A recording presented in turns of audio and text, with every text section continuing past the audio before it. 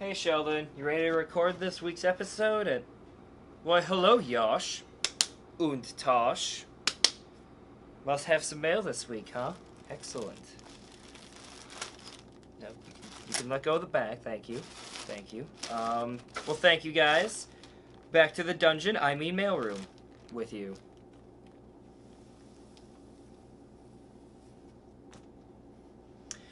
Thankfully, I always carry around pocket scissors. You never know when a deranged fan is going to attack. Hot Topic. That place where angsty teens feel like shopping all the time. Come on. What do we got here?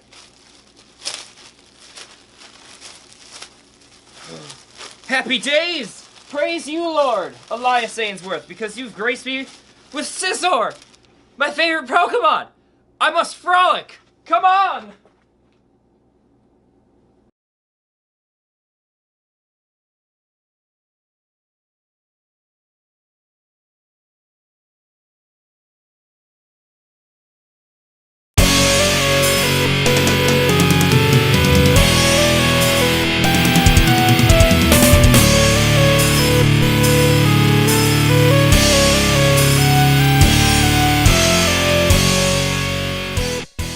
Konnichiwa, anime fam. I am Tom the protagonist, joined by the turtle they legally could not put in a zoo, Sheldon Blastoise, and along with our unnamed Scizor friend here.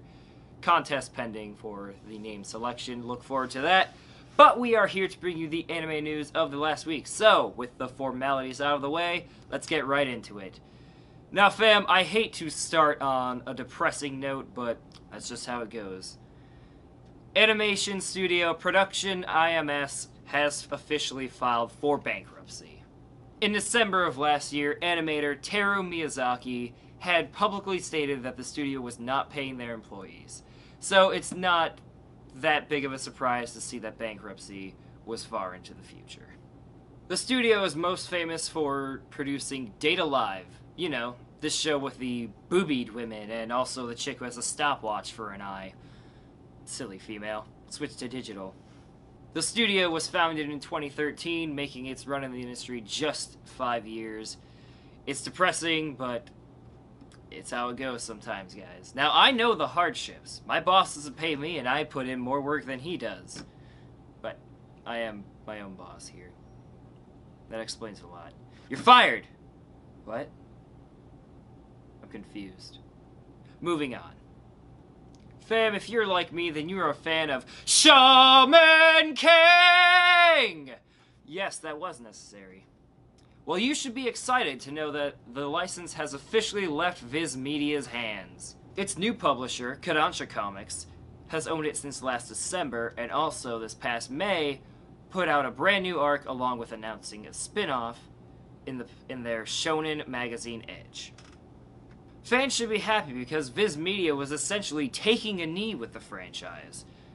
I can see how that might go over some people's heads, so let Tom learn you in some sport talk.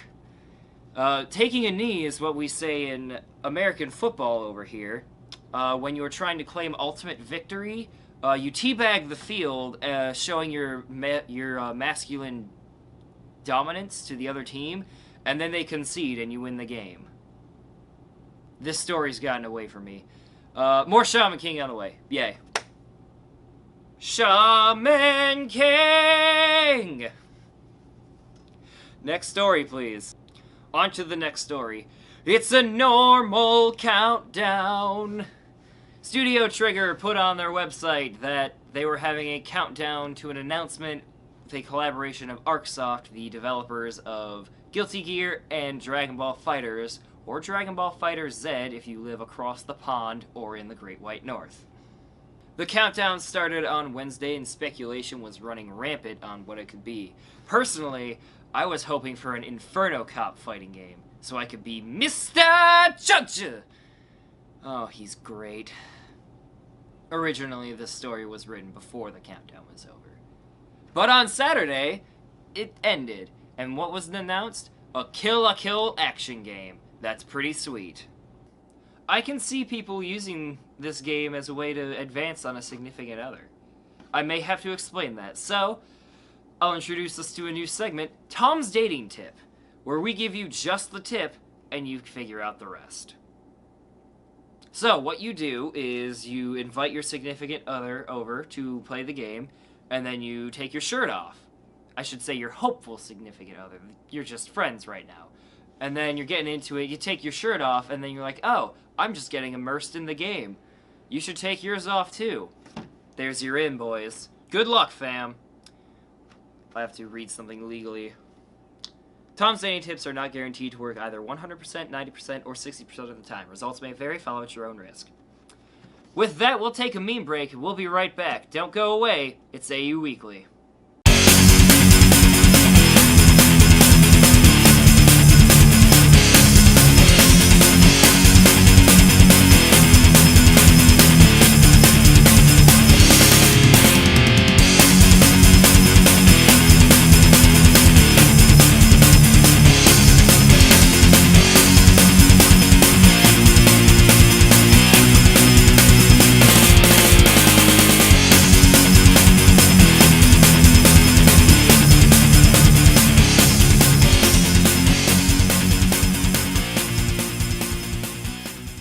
I do enjoy the meme breaks. But moving on. So you guys remember last week when I showed a Haro robot that I definitely can't afford? No? Be a lot cooler if you went back and watched the last episode. But stay here. On to something else I can't afford. If you find yourself wanting to do a Code Geass cosplay, then I have news for you, because they're releasing a Zero helmet. And that's pretty sweet. Thank God I'm not doing a Zero cosplay, because I would have to sink some cash into that. Instead, I'm doing Knight of Zero Suzaku, which is arguably going to be more expensive. Hooray.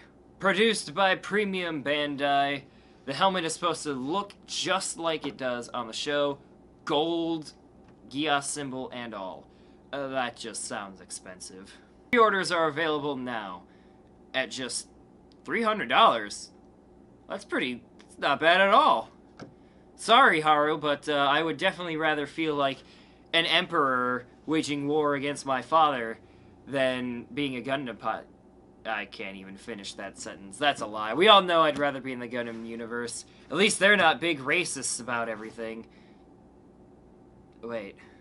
Members of the Pussy Patrol, get ready, because Nekopara Volume 1 is coming to the PS4 and the Nintendo Switch. Good God, my mother watches this show. This version of the game will release with new CG, a new theme song, and a brand new episode, and will be released worldwide July 4th. Ah, because nothing says born in the US of A like trying to boink the cat. Across 4 volumes, the series itself has sold over 2 million copies, and this was just in 4 years. In a potentially related note, the FBI's Most Wanted list has increased exponentially over the past 4 years. Wonder why? It's unconfirmed if it will have a physical copy, but if it does, I'm sure it'll ship with handcuffs. Not to help with any more kinks that the users will have. No, this is just to help the police officers. On to our last story. And what the f*** is wrong with people? So some douchebag in Japan made bomb threats to a Love Live Sunshine.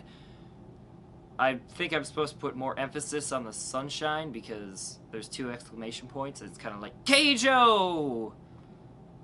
Moving on. Love Live Sunshine is the concert that is being held in Japan right now for the show. The unnamed 17-year-old boasted online saying he could set off 500 explosives and he could set off an unlimited number of bombs. Alright there, Gilgamesh, maybe just want to settle down a bit. He was promptly arrested, and the concerts went off without a hitch, albeit with some heightened security. He later admitted to the charges and was claiming that he just wanted to stand out. How dumb.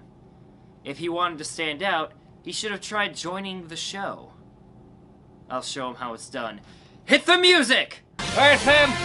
For Sheldon Blastoise and the unnamed Scizor, I'm Tom the Protagonist. We'll see you guys next week. Until then, stay updated. That's right. Play me out.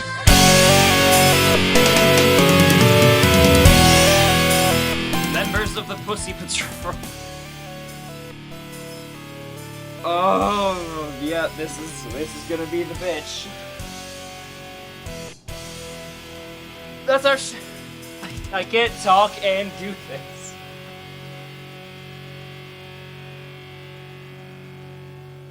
Scissor, are you sleeping on the job? Wake up. Page up and page down. Back up, back up. Show me what you're gonna do now. Keep writing, writing, writing, writing.